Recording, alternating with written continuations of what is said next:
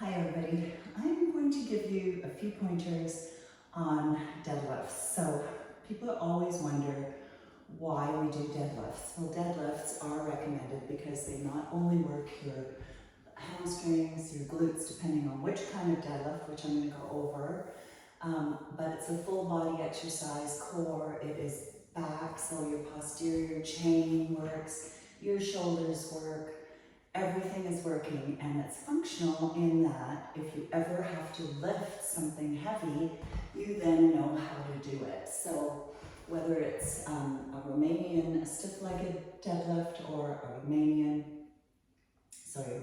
stiff-legged deadlift or a normal deadlift. So a normal deadlift or a bent knee deadlift is what I call it. I tend to give those to people who do not have a lot of range of motion for a stiff-legged.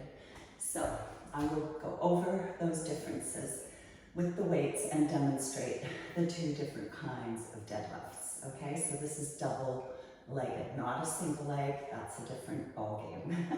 So I've got 25-pound weights just for demonstrating. I would start with light, and so your stiff-legged deadlift, you do still have a micro bend in your knees, micro bend. Okay, so here's your Romanian stiff-legged deadlift. Okay, so I have a micro bend, my shoulder blades are back, and if I had a bar, I would already have it placed. Okay, I still have the shoulder blades back. I keep the bar very close, my hip hinges back, so my butt goes back, and my neck tucks slightly.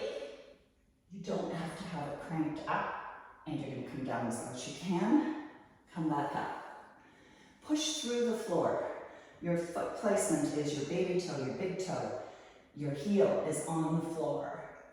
And you can come down to where you feel like your lower back is going to round out if you go any lower. So for me, that's about here. Instinctively, I'm going here.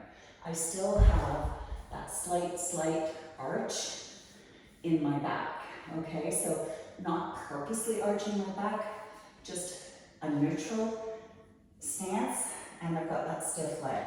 So now I'll go over the bent leg deadlift. So your bent legged deadlift is same thing.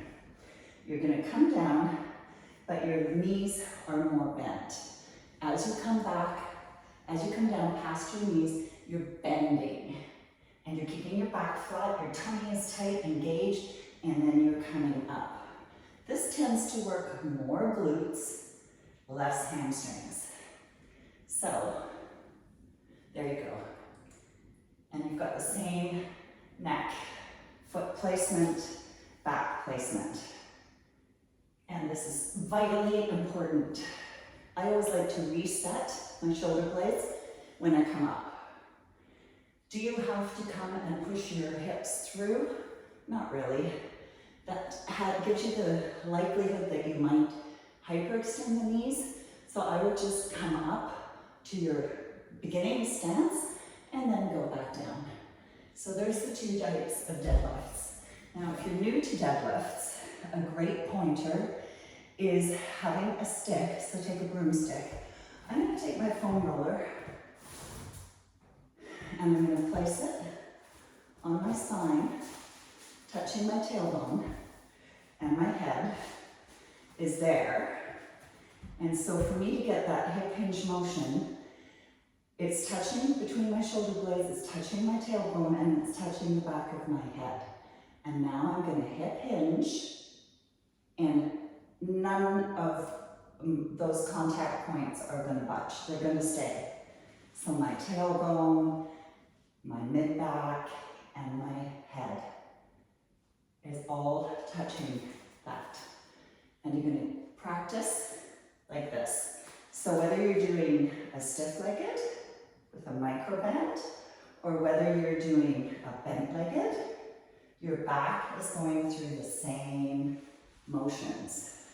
So the difference between a bent-legged deadlift and a squat is that a squat you would stay upright, maybe not with the prop on your back, but a deadlift, you are definitely hip hinging. So this is a great little practice for learning how to properly engage your core and learning that hip hinge motion. That is so vital, because if you don't do that, you could injure your back. And so many people don't understand, and they round out their lower back as they come down, which then compresses the discs between the vertebrae. So you don't want that happening. That's a big recipe for disaster. So I hope that has helped you with proper deadlift technique. Thanks for listening. Have a fantastic day. Bye for now.